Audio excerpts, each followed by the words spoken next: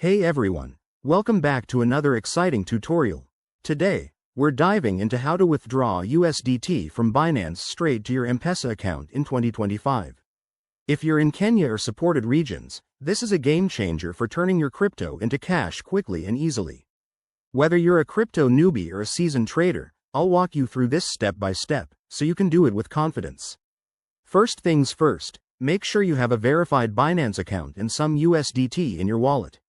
Also, ensure your Mpesa account is set up and ready. Double check for any limits or requirements from your mobile provider. Let's get started. Step 1. Log into your Binance app or website. Head over to the Wallet section and select Overview. From there, click on Withdraw to begin the process. It's that straightforward. Step 2. Search for USDT in the withdrawal options. You'll need to choose the right network. Go for Tron, TRC20, as it's often the fastest and most compatible with Mpesa integrations. Enter the amount you want to withdraw, but remember to check the network fees so you don't end up withdrawing less than you expect. Step 3.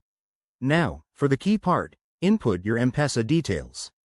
This might involve linking through a partner service or entering a wallet address if it's set up that way. Double check everything to avoid any errors. One wrong digit could send your funds astray. Step 4. Review and confirm your withdrawal.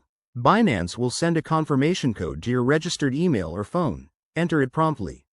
Once approved, your USDT should hit your Mpesa account within minutes to a few hours, depending on network congestion. A quick word of caution. Always withdraw to a test amount first to ensure everything works smoothly, and be aware of any taxes or fees involved.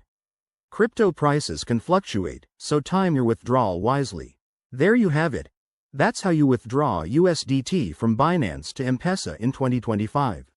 If this helped, give this video a thumbs up, subscribe for more crypto tips, and drop a comment if you have questions. Stay safe out there, and I'll see you in the next one. Thanks for watching.